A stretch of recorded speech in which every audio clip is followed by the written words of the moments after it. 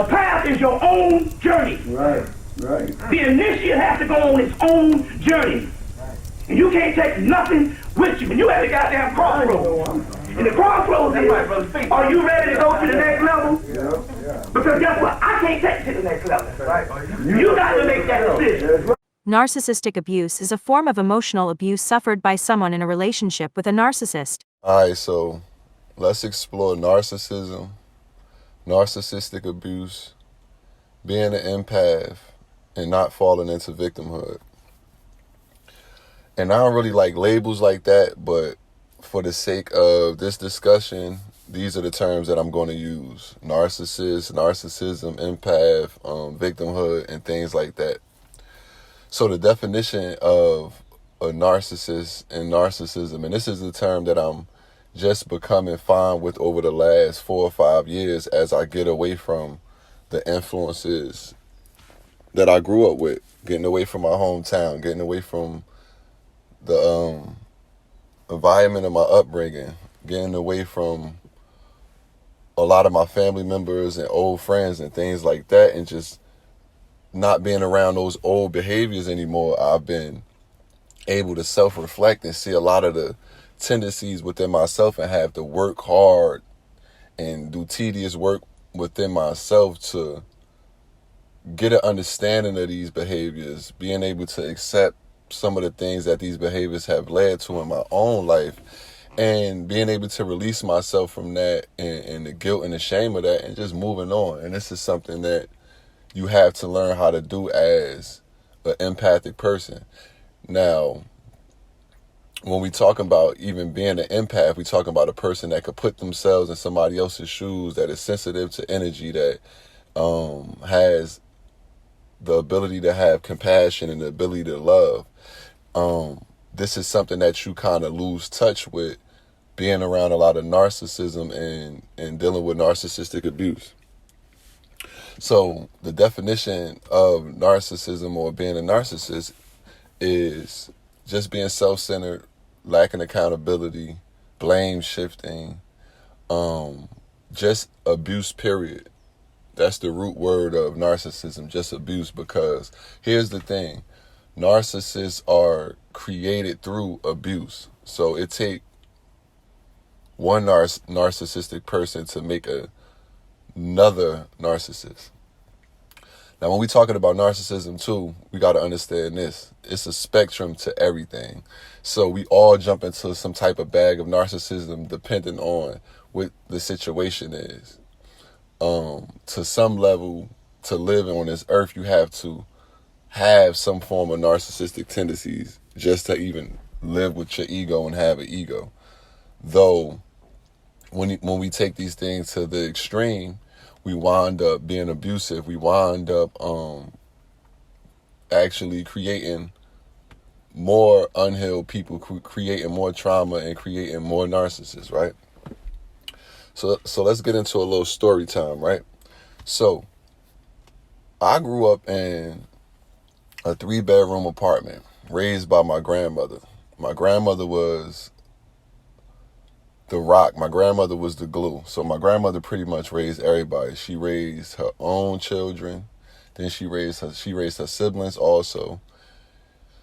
She raised her children's children, which I would be one of those. And then she was even going further down in her last days to raise her grandchildren's children, right? So I grew up in a house, 3-bedroom house, 3-bedroom apartment. Let me make that clear. 3-bedroom apartment, 1 bathroom, 1 kitchen, 1 living room, or whatever, right? However, at one point in time, it was 19 people living in my house. That's 19 people in 1 bathroom, 19 people in 1 kitchen, 1 refrigerator. So automatically off the top, you know, your needs were not going to be met in the right way.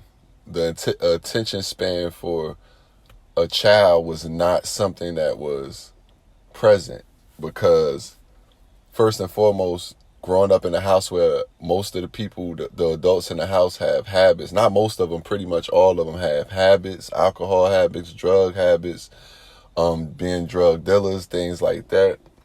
And this was just going on in my environment, period. Even in the community, even outside. My friends grew up in the same situation.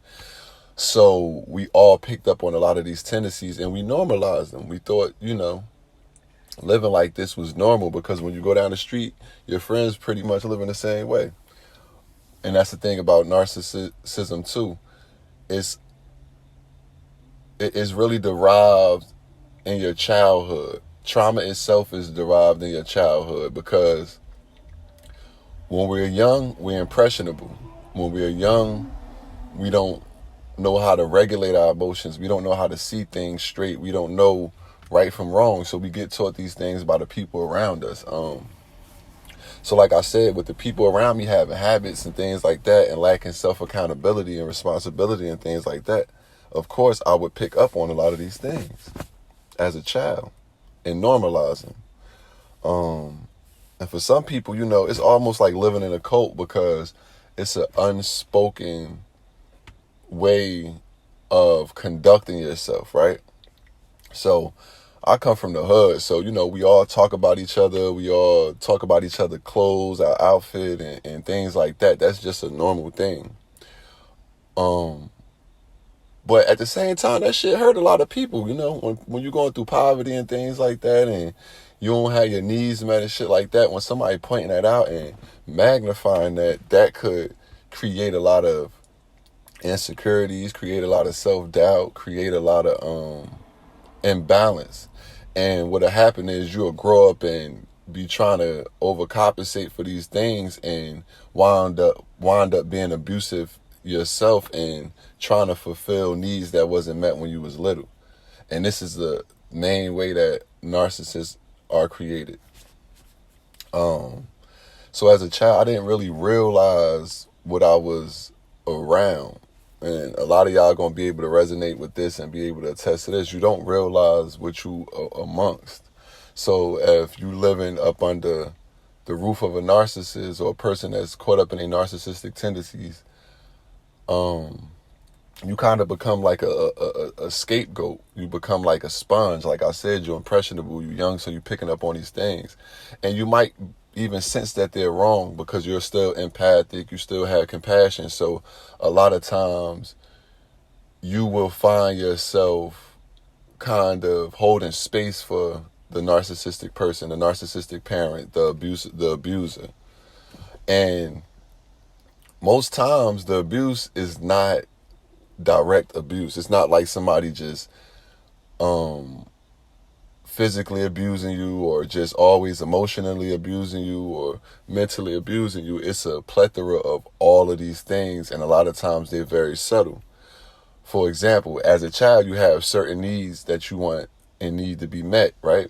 So when your parent or your caretaker or the people in your environment don't live up to that, they kind of teach you to shoot for less. Or you wind up, like I said, slipping into the imbalance of needing to overcompensate for these things, and it create different levels of narcissism. Like you might become a grandiose narcissist that's just so self-centered and it's all about you and you're loud and all that kind of shit, and you just pretty much it creates a deep seed of insecurity, a deep seed of doubt, and a need of validation on some level. From what I've experienced with myself and I've experienced with others is a deep need of validation. Because like I said, as a child, you wasn't validated. As a child, nobody had the time to really give you that one-on-one session that you really needed. So a lot of times you grow up and you start to overcompensate in your friendships and your relationships and things like that to make up for this deep-seated feeling of lack. And yeah, like I said, that's pretty much the root of being a narcissist. It's just this feeling of lack, this deep feeling of lack, and you trying to fill that void. That's what really get left in you, like a gaping hole. So like I said, it's like a transference of spirit almost. I ain't gonna say almost, it is a transference of spirit. And when you are the person that come into the awareness of this imbalance, coming to the awareness of, and I'm gonna get back into the childhood too, because you just got to go back there. Like that's one of the main staples that we need to explore. But when you start to come into the awareness that something ain't right as an adult, and you start to begin to try to correct these things and notice these things within yourself and these tendencies and these behaviors and the way you conduct yourself, this shit is like a nightmare. Because how you've always functioned, what you always thought was true, what you always thought was right, what you always thought was healthy, was literally abusive. So you can become an abuser yourself. Like myself, I became abusive in so many ways, and for a while in my life I just thought it was very, very normal, and this was just the way of life. And like I said, it wasn't until I got away and got some solitude and got by myself and was able to kind of rinse this shit out and sort things out and unpack these things and put them in front of me and say, oh wow, this is not me, this is not who I am, this is not who I used to be. Understanding how and just thinking back. And I encourage people to always go back, because you really need to go back to a time when you was more in your empathic state. And a lot of time that's hard to remember depending on how deep the abuse go. But go back to a time when you was more caring and loving and open and things like that, and try to draw strength from that. That's one of the, things that I learned along the journey.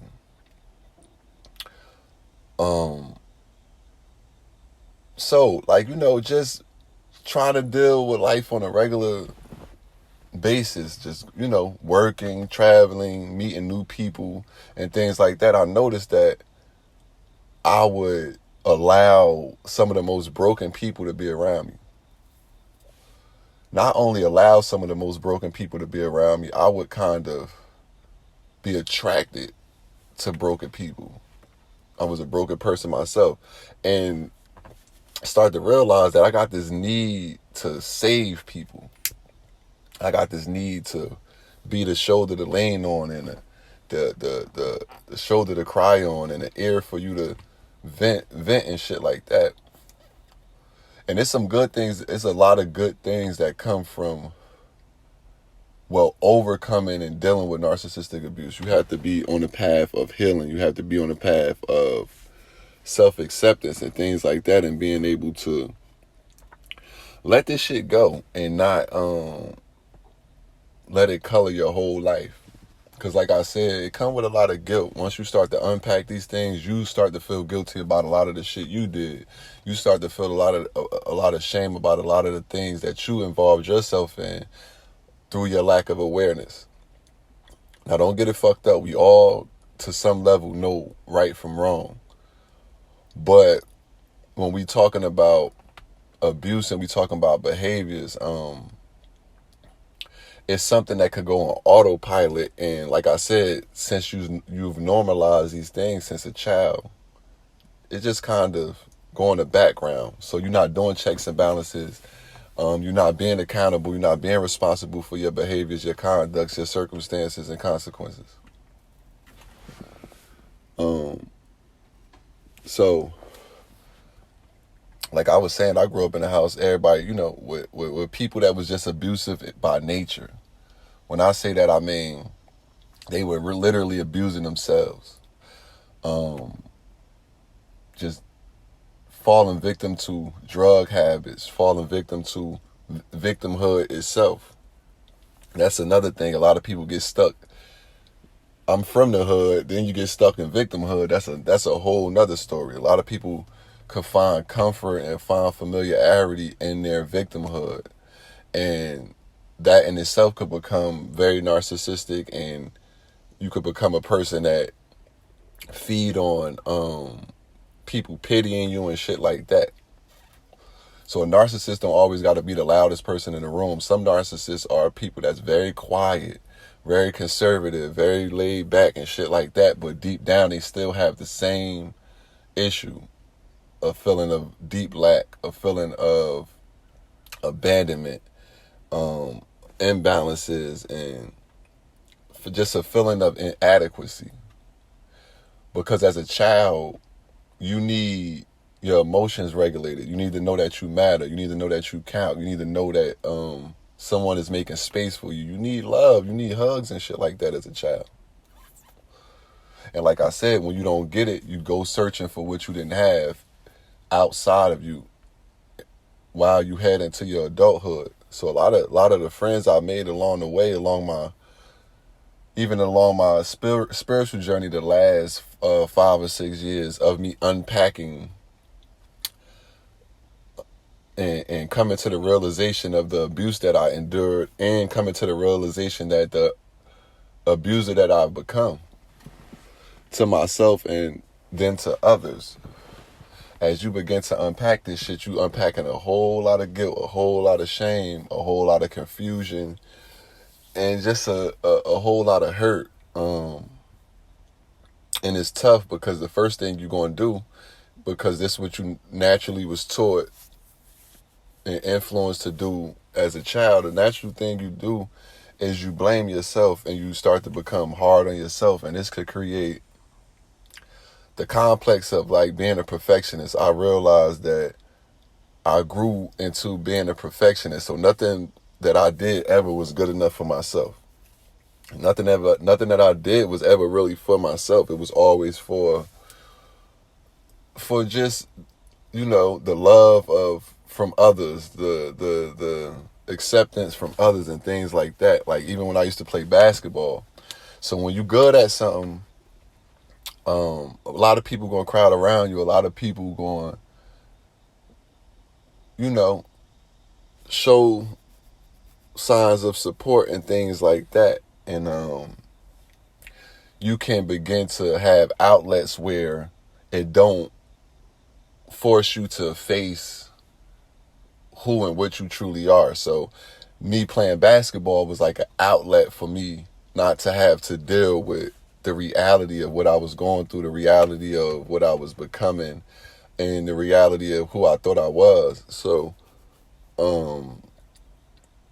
when you live in this society, when you live in this culture, like I said, if you good at singing, you good at basketball or something like that, and you get to kind of override this shit. You get to kind of neglect it a little bit longer. So coming up playing basketball, I was able to do that. I was able to travel places most kids in my environment didn't go. I was able to just get certain perks of life and get certain things overlooked because of basketball being pretty much a decoy, basketball being pretty much a disguise and being my identity at that time. So I just felt like that was my way out. We always find ourselves looking for an outlet. And this culture we live in, this society we live in, it doesn't promote healing. It doesn't promote confrontation with yourself. It doesn't promote self-accountability and responsibility. This society thrives on your lack of awareness. It thrives on you not knowing. It thrives on you being abused and becoming an abuser and perpetuating that type of behavior and normalizing that to the point where, like I said, I don't like all these labels, but we got all these labels like bipolar disorder, and to me, that's pretty much and I know a lot of people deal with a lot of mental issues and they're not able to bring balance to their psyche. And like I said, it's due to a lot of lack of even knowing where to go, knowing what information to look for, knowing where to start. And at the same time, you don't want to admit and you don't want to come to the sad reality of what you've been through and who you have become. So yeah, society benefit off people being confused. It benefit off people being abused, and it pretty much just puts you from one institution to another, from one drug to another drug, one label to another label. So we have a lot of people that suffer from narcissistic abuse, that suffer from neglect and abandonment and things like that haven't been able to come to any type of closure, come to any type of healing, because it's always a quick fix in between. And that's why we got a lot of people on drugs these days. We got a lot of people that fuck with alcohol, and just fuck with escapism, period. So when you come from narcissistic abuse, the first thing you search for, the first thing you grab a hold to and use as a crutch is more abuse. So you look for things to numb yourself. You look for things to stimulate yourself. You start to cultivate avoidant personality. You might avoid confrontation. You might avoid responsibility. You might avoid accountability. And the deep part about it is, like I said, it's almost on autopilot to a certain extent. And then, on some level, you want to protect your abuser. And even me speaking on this shit, I don't even look at life like that. I don't look at life like, oh, somebody abused me or anything like that. I just look at it as, these are the influences that was around. These were the cards I was dealt, and it's up to me to bring some law and order to the shit and move forward and advance. That's the most important part. It's not about talking about it. It's not talking about if you was victimized and falling into some form of pity or some form of victimhood. It's about just seeing what's there, feeling what's there, dealing with what's there, accepting what's there, and releasing yourself from it, integrating it, and moving forward in a different manner. And this is where we hear the term breaking generational curses. Coming up in a household where it's a lot of narcissistic abuse, it become a generational curse. Now, as the curse breaker, that means you have signed up to feel all the shit that your family don't want to feel. You then signed up to see all of the things that your family don't want to see, all of the things that the people in your environment don't want to see and feel, all of the things that society don't want to see and feel.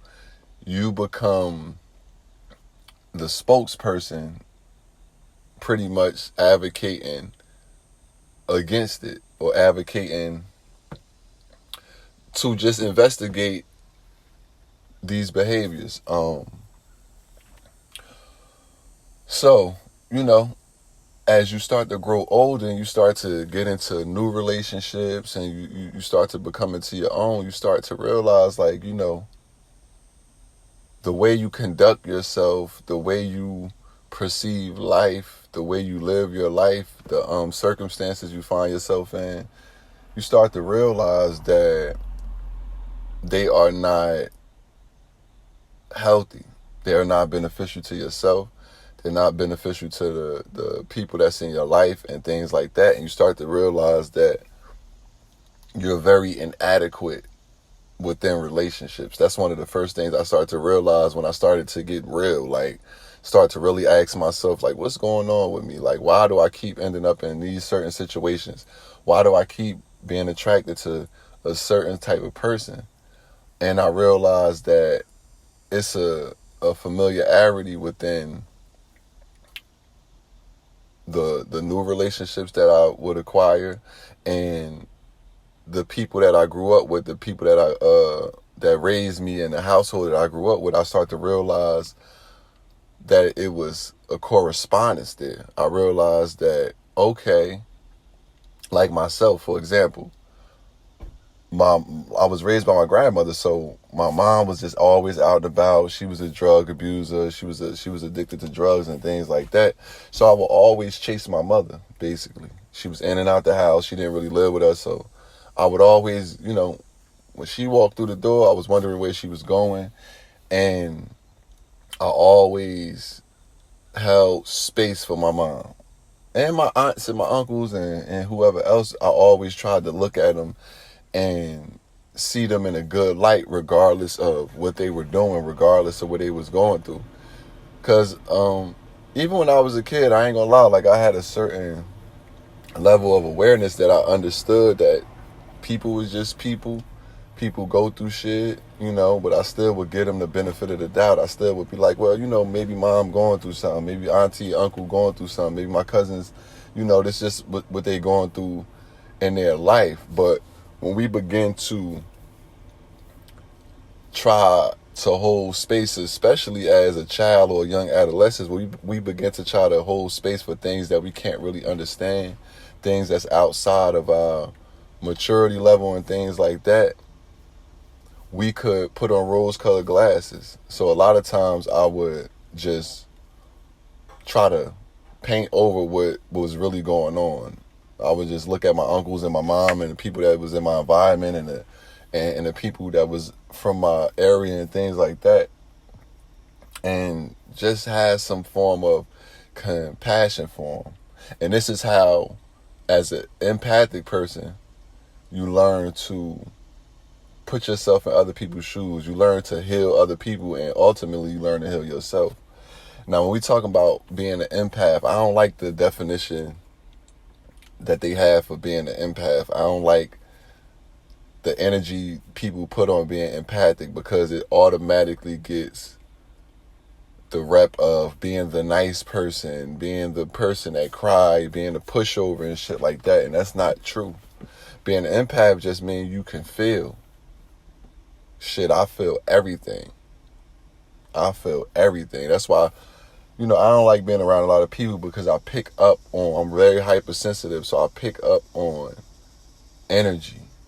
And that's another thing you might not realize when you're younger. You don't realize that you being influenced by so many different energies. And we get our sense of ourselves from the energies around us. So if your mom or your dad not showing you that you matter, not showing you that you count, deep down inside, subconsciously, you start to believe these things. And whatever you believe subconsciously, that's what you're going to live out, because like I always say, your subconscious mind controls 95% of your reality. So when 95% of your reality was created by people that are pushed and pulled by their narcissistic tendencies and don't have a good grip on it, it creates a gap between yourself and then who you truly are. So you begin to live a life of distortion. You begin to live a life and have a distorted view on yourself.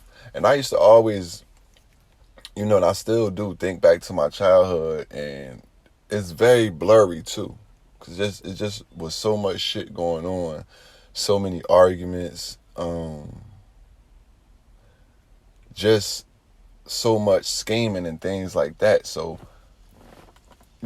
it made me always be on the lookout. So I always had the ability to feel what's going on in my environment, feel what's going on around me, anticipate the next argument, anticipate the next pattern or event that was going to happen. And this is kind of the beauty of being empathic. Once you start to heal, once you stop having pity for yourself and being a victim and calling yourself an empath, and everybody want to call themselves an empath these days, and they think that's like the way out. Like, yeah, you could be an empath all you want. You could call yourself an empath. It don't relieve you of the responsibilities of healing. It don't relieve you of the responsibilities of being a genuine person and getting to a space of balance. You left with all of this shit, and you could become an angry ass person for a while. I didn't realize how angry I was in my adulthood. I didn't realize where it really come from, And I would encourage people as much as they can, and I always do, to meditate, to spend time with yourself, and to just give yourself space to allow yourself to unpack you. And be able to take what's not for you and what doesn't work for you and what you picked up along the way, and be able to put that down and be able to move on in a healthy manner. And the main thing is, so you just can have a healthy life. So you could just be able to be all right with yourself and move on into a life where you're not recreating these circumstances. You're not recreating the trauma that you was raised in and perpetuating the same abuse. Because like I said, narcissists create more narcissists. So even when I look out in the world and I see people that's my age and things like that, and I notice that a lot of us are all get stuck on a certain level, or we don't go past a certain threshold, or we all have this same need for validation, the same need for love and acceptance. So as I meet people that were raised with love, were raised with attention, their needs were met, their parents took accountability to a certain level, I noticed the difference in behaviors. I noticed it's a different standard. And everybody had their deficiencies, everybody had their imbalances, so I'm not saying these people are perfect or nothing like that, but I do realize the difference. I realize that they don't have the same fight that I have, like, because when you overcoming like narcissistic abuse and you start to find these same things live inside yourself, it's very tough to deal with.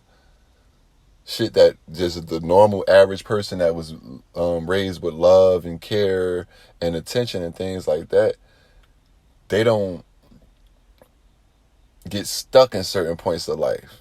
Certain things are kind of like, they just glide, notice they just glide through. And I used to wonder, like, damn, why the thing that seems so easy for one person just seems so hard for me? And I didn't realize this shit all literally stemmed from my upbringing. So in getting away from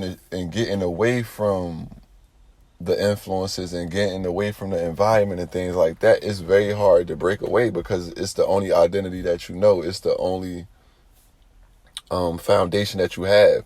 And a lot of times we'd rather take a raggedy foundation than to rebuild. You feel me? So for years, I carried on in the same manner as the people in my environment, the same manner as the people that raised me and the influences that was around me. I carried it on as the norm, even seeing the results of it, seeing how it hurt other people and how it damaged other people. That still seemed normal to some level because that's all I had seen my whole life. So like I said, when you moving out of that and you breaking that curse and you getting away from those type of things, you know, it's cool to have people around you that have a different upbringing. This is another reason why I always encourage people to travel, man. Get outside your hometown. Get away from the influences that you used to. Just get away from that same old culture and experience something new. Because that's what it's going to take to even break through the threshold and become who you truly are, for real. And that's what this shit really all about. Anytime I'm talking, anytime I'm speaking, we talking about, growing spiritually. So the only way you're going to really be able to grow spiritually is to be able to expand and experience the new. Because that's what spirituality is about. It's about stepping into new spaces. Your spirit want to step into new experiences.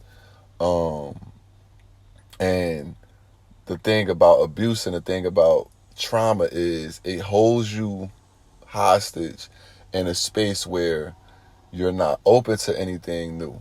You're not open to new people. You're not open to new conversations. And this is why we have a whole society, we have a whole global epidemic going on where people just normalize the behaviors, normalize what go on in the news and shit like that, and just everybody agree that that's all right, that's the way to live, and everybody move forward because it's an unspoken thing that's going on.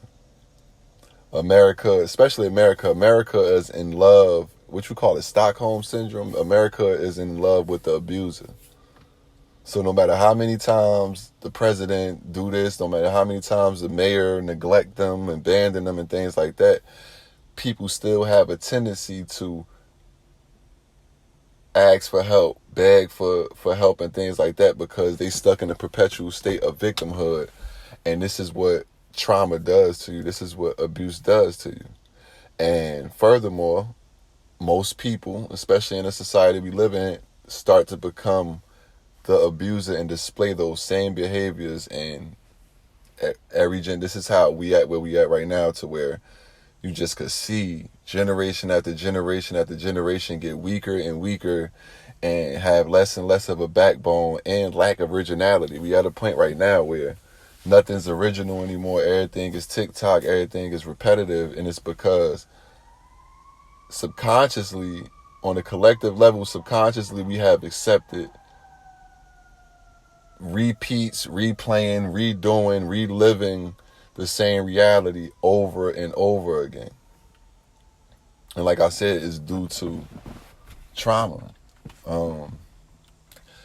It took me a while to even have actually feel confident that I could have a healthy relationship and a balanced relationship with myself first, and definitely with other people.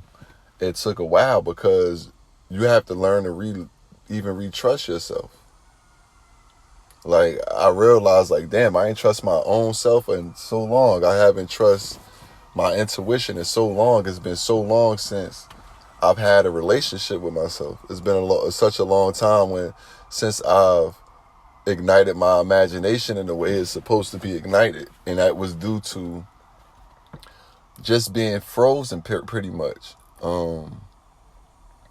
I want to get back into a little bit of the empathic side of things, because, like I said, a lot of people that's coming out of and becoming aware to the fact that they were raised in a narcissistic environment and dealt with a lot of narcissistic abuse.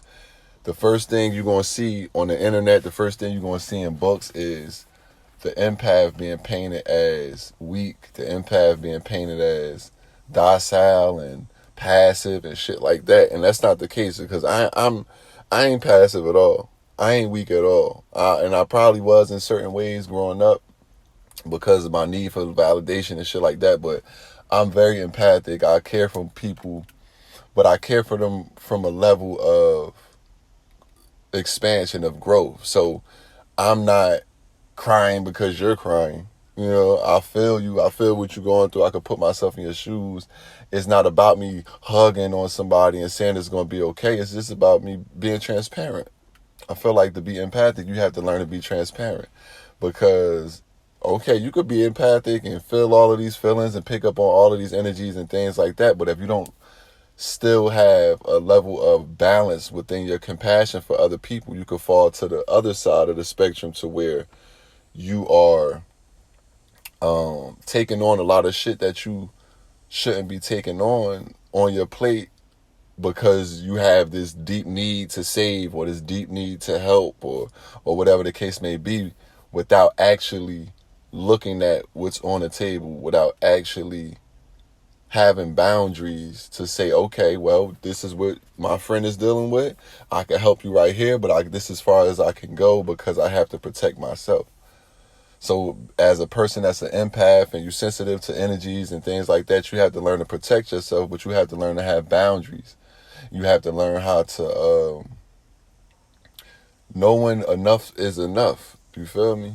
And always be watchful for falling into victimhood, falling into pity, falling into, just self-loathing and shit like that, because you could just feel like, damn, your life was cursed from the start and things like that. You can start to feel like you had a rough start. And I'm from the hood. That's a lot of people's story. And I hate the fact that a lot of people's story end there. A lot of people just, their story is the same. Like I said, trauma just repeats. So, people's story is like, I grew up like this. I got the shitty end of the stick. This is why I am the way I am. And just, that's that. And by default, that create another narcissist. It create a person that still lack accountability, still lack responsibility, even if they're not really thinking that they're doing any harm. Because like I said, a lot of narcissists are covert. A lot of narcissists don't know. You don't know you're a narcissist when you're a narcissist, because you're just you, and you thinking these behaviors are just normal. You think needing somebody to love you, or wanting somebody to accept you so bad, and belittling yourself and self-sabotaging and things like that, you thinking that's normal. I remember being so enamored with just love and being loved and being in a romantic relationship and finding the one and shit like that. And I got my bubble burst real fast. And I realized, like, damn, I'm just out here chasing that same love. I'm out here chasing that same attention that I wanted oh so bad as a child and didn't get. Out here just chasing my mother again. And running right into the people that's perfect. And that's the thing about your path too. It's always something that's going to be right there perfect to show you, especially if you're looking for you for real. And it's going to be people you're going to attract that's going to pull certain things out of you and going to show you that it's better to deal with yourself and heal yourself and come into balance with yourself rather than trying to balance yourself out through other people, because that's narcissistic. Cause like I said, I don't like how things get painted. I don't like when one person get painted as the victim and the other person get painted as the abuser. I'd rather look at it like, just a lack of awareness at one point in my life, and now I have the awareness, so I move forward different. Now coming from these families and these environments where you dealt with narcissistic abuse and shit like that, it's going to be hard to break away because you're going to want that support. You're going to want your family, your friends, the people that you grew up with, your hometown, your environment, shit like that, your community. You're going to want them to see this new version of you. You're going to want them to see that you different. You're going to want them to see that you overcame. And you're going to, like I said, ultimately you want the support from the people that you think love you, that you think that knew you and shit like that. And that's not really the case, because when we talking about narcissism, we talking about people that literally don't have the ability to be happy for somebody else. They don't have the ability to support truly. They could get the gestures of support. That's why we just got a culture right now where people just feel like they got a lot of haters. Everybody feeling like somebody out to get them. Everybody feeling like people ain't giving them their flowers and shit like that. And it just comes because people just not able to. People looking for validation themselves. It's going to be very hard that they can genuinely validate you. They can genuinely give you love, genuinely give you care and things like that, and genuinely just hold space for you when they haven't been able to come into a space to hold for themselves, because that space has been taken up by a whole bunch of narcissistic tendencies from their prior abuse, from their earlier years and shit like that. So we're looking at a world where people was 50, 60 years old and haven't healed these traumas and things like that. And like I said, they remain in a perpetual state of self-sabotage, self-delusion, self-abuse, and the most important, like guilt and shame. On your road to, healing and finally stepping into a new version of yourself, finally stepping into the real version of yourself and having new experiences and actually having the ability to grow, it's hard to do away with the guilt of the things that you participated in the past, how you behaved and conducted yourself. And that is the key thing, the glue that I feel like hold people in a narcissistic state, their own guilt and shame. And it's very subtle and it's very deep. It go real, real deep. Healing itself just go deep. Like every time you think you got there, every time you think you over something, anytime you feel like, okay, you've really passed the threshold, it's always a little bit more. And what really help you is just always, like I always say, try to stay unbiased and try to stay level to a point where you know that there's more healing to do. That you keep a keen eye out for your tendencies, your behaviors, how you conduct yourself, your thoughts, your feelings, and things like that.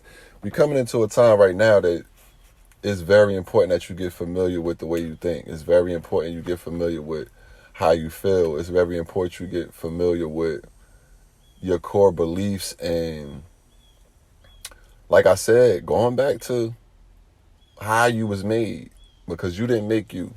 You ain't just become an adult in one day. So it's a lot of influences, like I said, that you're going to have to look at again going to have to go reflect on, because as an adult now, I go look back at myself at 18, I go back and look at myself as 20, the more selfish versions of myself, and I see the influences on me. I see the imprint on me. I see the lack of accountability. I see the lack of expression. I realize too, since I begin to release myself from the jurisdiction of being just controlled by my triggers and controlled by my trauma, I realize my self-expression has become a lot more easy. I'm able to say what I mean what I say without second guessing myself. I'm able to speak with conviction, and I'm able to be a proper representative of who I am when I'm on camera, on the microphone, my real life, everything lines up, instead of it being a split personality to where I'm like this one day and I'm like this another day, and I'm like this in these type of relationships, but then I'm different over here. Once you begin to rebalance and find some solace and comfort within yourself, and some acceptance, and get through the shame and the guilt, because like I said, that's the hardest part. You find a home within yourself, and it just start to feel good to be you. And one of the biggest things is releasing and taking back your power from the energy that we give our parents, man. The energy that we give our caretakers and our teachers and government officials and things like that. We put these people on a pedestal, so a lot of times it hurt when we get disappointed by them. We'll put all our eggs in one basket, especially as children. We look at Superman like Superman ain't supposed to have no flaws and shit like that. So that's how we look at our dad, our mom, whoever raised us and shit like that. So when we come to the realization that, you know, we've been abused by these people, whether it was overtly or covertly, it's a hard pill to swallow, because you're going to deal with a lot of regret or a lot of resentment, and really just don't want to believe it. Like, I would never want to believe that the person that birthed me is not capable by default of loving me. It's not in the way I need it to be, you know. I feel like love has its capacities. Everybody love from the capacity that they could love from. But we don't know that when we're young. So I looked at my mom like she's just supposed to love me and hug me and be interested in what I'm interested in, and spend time with me and shit like that. And when you're not getting that, you can start to think something wrong with you. And that's one of the main things we deal with. We deal with this deep rooted feeling that something is off about ourselves, something is not right. Because like I said, when the person that you feel like supposed to fuck with you the most don't know how to fuck with you for real, then it could create that void. It could create that gap. And the thing about that void and that gap too, it can be infiltrated by many different energies, because it becomes a blind spot. It becomes a shadow that we don't know we have, and a lot of people pick up on it, and a lot of people know how to come in and inflict more abuse on you. So yeah, like I said, you wind up realizing that you in the same relationship your mother was in. You getting abused by your mom, how your dad used to abuse your mom. You attracted to a certain type of person, and you can't put your finger on it. And a lot of times it just be you're still living in a perpetual state of trauma, so you're still attracted to these same people. And I really feel like that's by design. That's giving you the opportunity to confront the abuse, whether it's through someone else, and then finally get to the point where you see that you are abusive to yourself. That's really the hardest pill to swallow. Like, I can't blame nobody, because like, what is that going to do? All that's going to do is add to more narcissism. So I'm like, damn, this happened around me, this happened to me. I got to take this shit and make it work. I got to take it and put it in a space where it happened for me, and it helped carve me and make me to be who ultimately I was born to be. And that's the space you want to be in. You want to be in a space where you are able to rewrite the narrative of your story, and your narrative don't just say, oh, this happened to me and I'm the victim and woe is me and it's all fucked up and looking for validation and shit like that. You're able to look at the story and be like, thank you. I'm happy I was born in an abusive environment.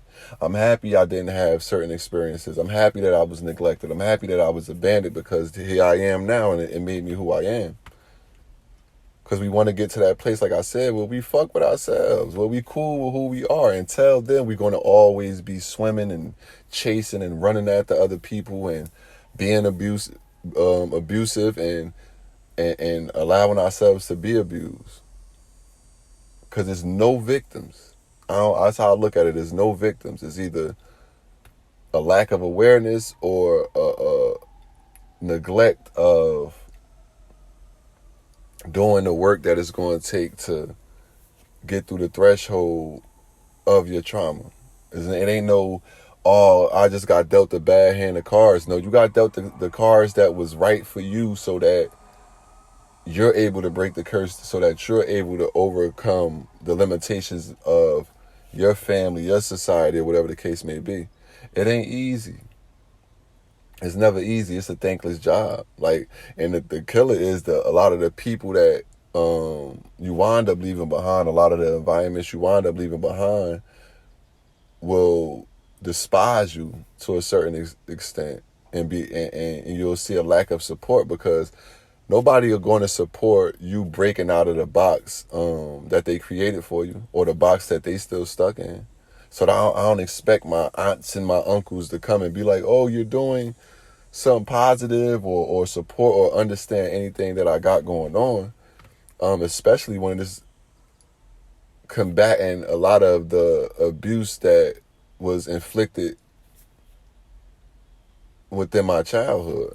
Because, like I said, nobody want to own up to what they did. But I understand this. It's not for you to go make somebody, confess or feel sorry or for you to find some closure.